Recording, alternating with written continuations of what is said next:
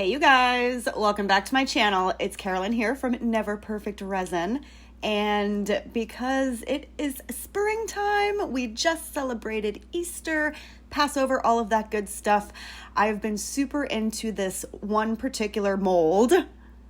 Now it can be for holding Easter eggs or just regular eggs, any kind of eggs you want. I love this little egg holder.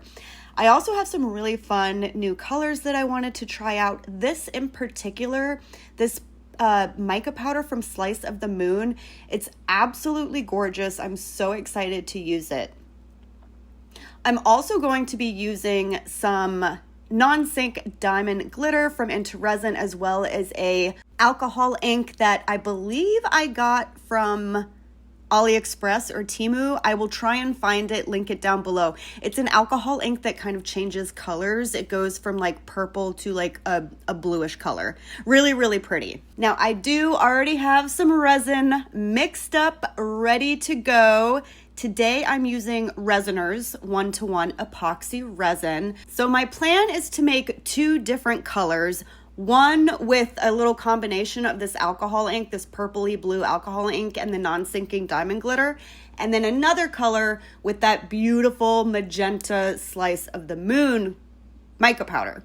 I think this is going to be a super pretty combination, and I'll kind of do like a little dirty pour situation. As you can see, I've got my resin mixed up into 2 cups. I'm going to start with this blue purple alcohol ink. And here's the thing, I'm so glad I didn't add the diamond glitter, non-sinking diamond glitter, without mixing this first, because I forgot how beautiful this alcohol ink is on its own. And it almost has this iridescence. Do you see, you guys?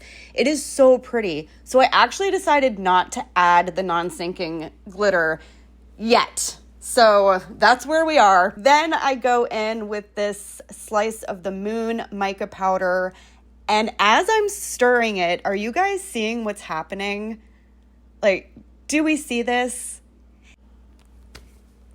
These two colors could not look any more similar, in my opinion. Obviously, one has that deeper magenta color, but to do a dirty pour, I feel like all they're gonna do is muddle each other.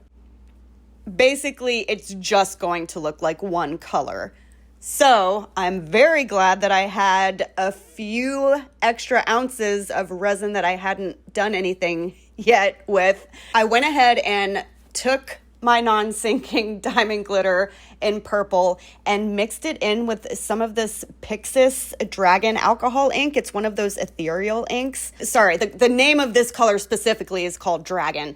It's got like a very cool like green shimmery shift to it. This interference purple nail art powder just came with a little kit. I want to say I got it through that nail art company called Beetles. I got it on Amazon. I'll link that down below as well. Luckily, I had this one mold that I actually made myself. I created this mold from a little crystal mushroom, and it was the perfect size for this little amount of resin that I had. Now, remember, this is just that purple to blue alcohol ink that we created first. So I figured that guy's gonna go into the mushroom. We'll see what he looks like. And then I'll use the magenta and the lighter color for the egg mold. Also, slight side note, because I actually had to split this mold that I created to get that crystal mushroom out, I used a rubber band to kind of put it back together. I've never done that when I'm making a handmade mold myself, so I decided to put the whole thing into a container just in case we had leaks. So that's why you're seeing me do that. All right, so here we go with the dirty pour. Super excited. I did end up having a tiny, tiny bit of that lighter purple color left over, so I figured, you know, we'll use him at the very end if we need to. Knowing me, I am horrible at measuring. I always try to err on the side of having too much resin than not enough, because I would rather pour extra resin into other molds and keep creating things rather than not have enough and have to mix up more resin. So I'm very glad that I had a tiny bit left of that light purple color because I did end up needing it at the very end. So the amount of resin that I had was absolutely perfect to fill up this mold. So he's filled up, he's ready to go. I give him a little spritz of 99% isopropyl alcohol just to pop any bubbles that come to the surface.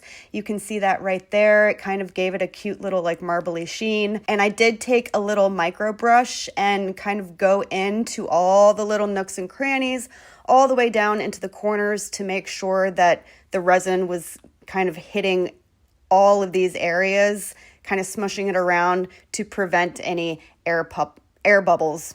I almost said air bubbles, you guys. Oh my gosh. What am I like?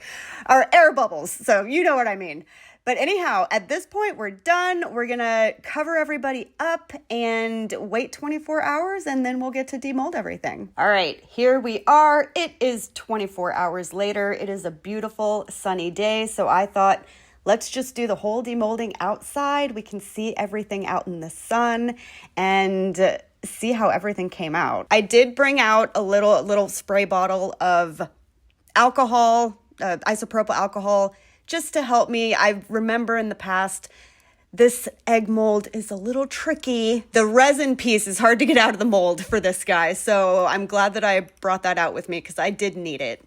So a little bit of a struggle on my part to get this guy out. My amazing press-on nails are not doing me any favors with this situation, but they're pretty springtimey. I kind of like them a lot. All right. A struggle aside, what do we think of this egg holder? I think it came out stunning. The sparkle, the shine. So glad I decided to make up one new color of resin. That contrast between the lighter pinks, purples, and the darker, I think it's exactly what I was going for. I could not be happier with how this turned out. Next up, we have our mushroom, which this is my first time demolding this, so I'm really excited to see if the mold came out as well as I hope it does, along with the actual little resin mushroom itself. There was no spillage, so I was very happy about that, but you know, better safe than sorry.